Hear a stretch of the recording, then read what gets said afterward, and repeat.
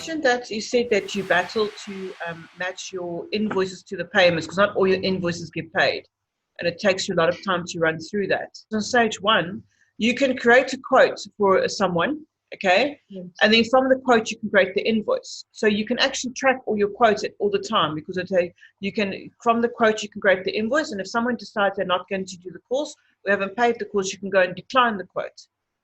So maybe that's an option maybe for yourself to make it easier, because on stage one, you literally can pull everything. You can pull a full quote summary, a full invoice summary, and you can track from your quotes who has accepted, who hasn't accepted, to match everything to the bank. That may be an option later to look at.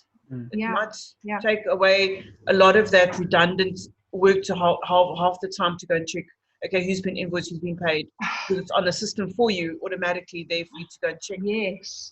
Yeah. No, there's a lot of manual checking. Yeah, stage one can take that away from you. Okay. Because everything will be system. So you create the quotes. If someone says, okay, they accept the quote from there, you create the invoice. If they don't accept the quote, you just go back to the quote and you decline that quote. So you can, at any such time, you can see which quotes are open and which quotes are closed, and then say, okay, that person's still going to do and that person's not.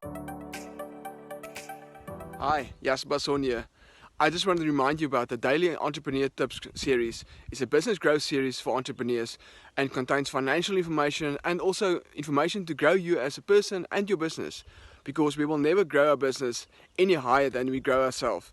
So click on the link below and I will send you daily information to grow you as a person and your business, and it's for 365 days of the year.